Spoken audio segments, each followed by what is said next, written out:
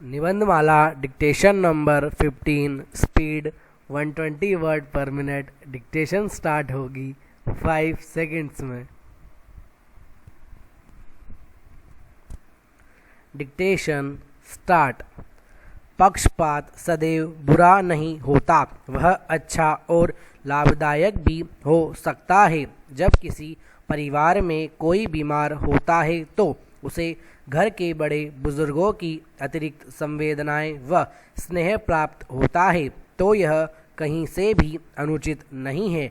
किसी को बचाने हेतु किया गया भेदभाव बुरा नहीं होता, वह बुरा तब होता है जब किसी को हानि पहुंचाने के लिए किया जाए। मेट्रो, ट्रेनों व बसों में महिलाओं के लिए विशेष सीटों का आरक्षित होना महिलाओं की विशेष सुरक्षा के लिए है, इसलिए यह उचित भी है। संरक्षणात्मक भेदभाव व आरक्षण की नीति के मूल में बुनियादी तर्क है कि वंचित वर्ग को मुख्यधारा में लाने हेतु सकारात्मक पक्षपात आवश्यक है। पैरा। हमारी मीडिया का कुछ हिस्सा ऐसा भी है जो इस प्रकार का पक्षपात करता है और यह निश्चय ही सराहनीय है। उदाहरण के लिए चक दे इंडिया जैसी फिल्म यदि उत्तर पूर्व के समुदाय को भारत की मुख्यधारा का हिस्सा साबित करती है, यदि मुल्क जैसी फिल्म समझाती है कि हर मुसलमान आतंकवादी नहीं होता, यदि आर्टिकल 15 जैसी फिल्म दिखाती है कि समाज में दलित या वंचित वर्ग किस हद तक शोषण का शिकार हैं, यदि अलीगढ़ फिल्म यह एहसास कराती है कि किसी समलैंगिक व्यक्ति को अपनी नैसर्गिक रुचि की वजह से कितने लांछन सहने पड़ते हैं, और छपाक जैसी फिल्में यह दिखाना चाहती है कि तेजाब के हमले से पीड़ित लड़की का जीवन कितना कठिन होता है, तो इस तरह के पक्षपात को हम गलत नहीं कहेंगे, क्योंकि यह पक्षपात समय और समाज की आवश्यकता है।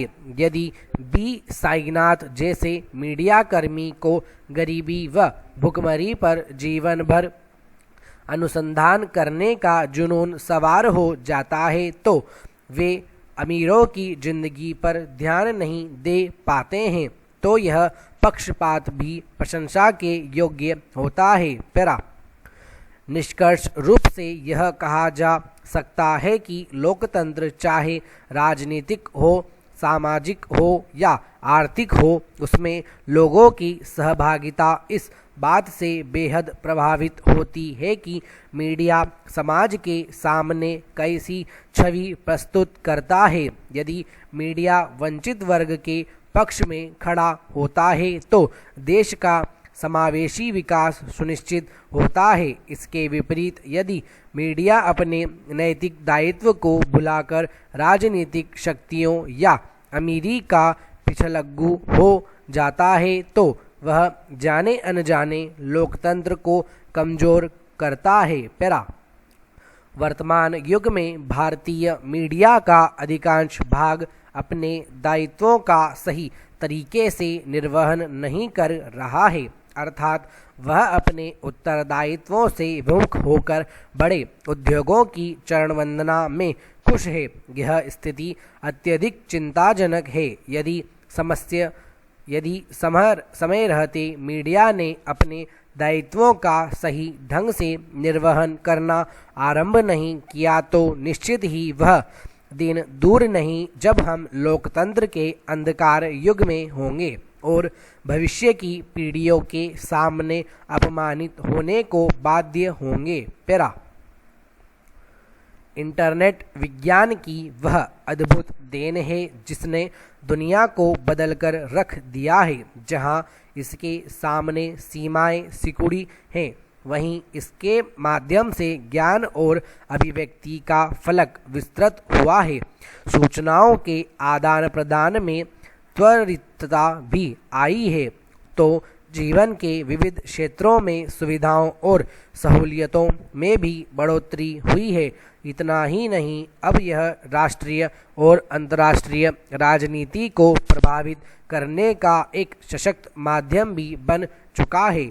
वर्तमान में इंटरनेट का महत्व इतना अधिक बढ़ गया है कि यह वर्तमान समाज का एक अभिन्न हिस्सा बन गया है। पैरा वस्तुतः इंटरनेट इंटरनेशनल नेटवर्किंग का संक्षिप्त रूप है। यह दुनिया भर में फैले हुए छोटे बड़े कंप्यूटरों का विशाल और विश्वव्यापी जाल है, जो विभिन्न संचार माध्यमों द्वारा समान नियमों का अनुपालन कर एक दूसरे से संपर्क स्थापित करता है तथा सूचनाओं का आदान प्रदान संभव बनाता है। यह नेटवर्कों का नेटवर्क है। यह संसार का सबसे बड़ा नेटवर्क है, जो दुनिया भर में फैले व्यक्तिगत, सार्वजनिक, शैक्षिक, व्यापारिक तथा सरकारी नेटवर्कों के आपस में जुड़े होने को बताता है। पैरा डिजिटलाइजेशन के युग में इंटरनेट संचार और सूचना प्राप्ति का एक विश्वसनीय माध्यम बन गया है।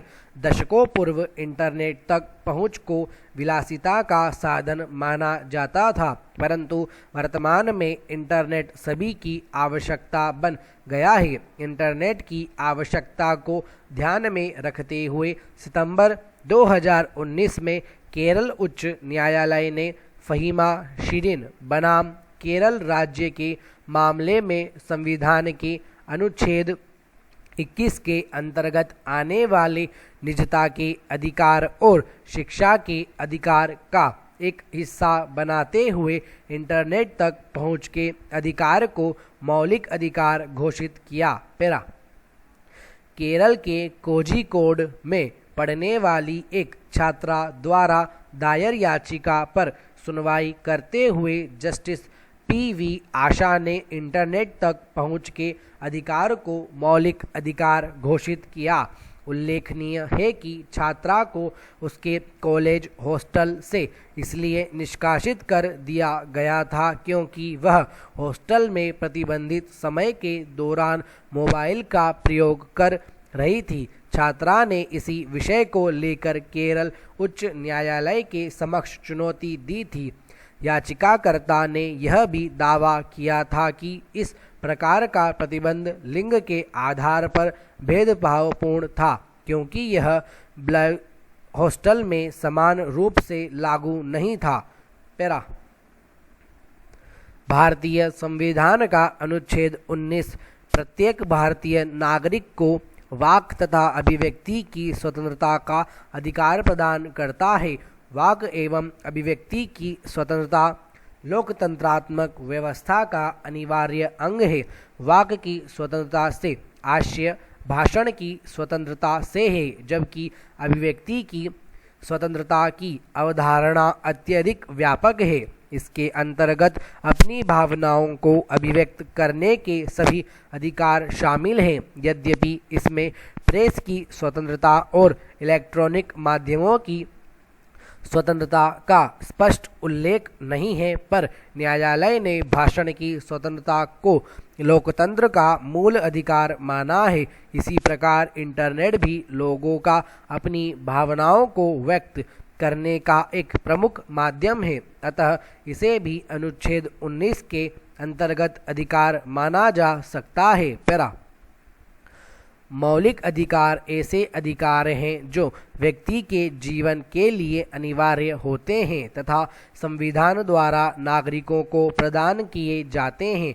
इंटरनेट भी जीवन के लिए अब अनिवार्य हो चुका है। इंटरनेट के बिना दुनिया में अब कोई भी काम संभव नहीं है। आज भारत दुनिया का सर्वाधिक डाटा खपत करने वाला देश बन गया है, जो इंटरनेट की बढ़ती लोकप्रियता को दर्शाता है। अतः इसे एक मौलिक अधिकार के रूप में माना जा सकता है, क्योंकि इसके बिना जीवन अधूरा हो जाएगा। पैरा इंटरनेट संचार का एक अमूल्य उपकरण है और आज इस बात से कदापि इनकार नहीं किया जा सकता कि इंटरनेट की उपलब्धता ने वर्तमान युग में संचार को अत्यधिक आसान एवं सुविधाजनक बना दिया है।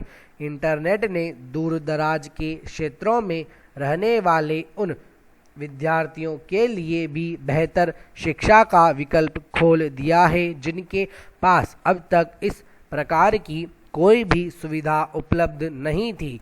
स्टॉप।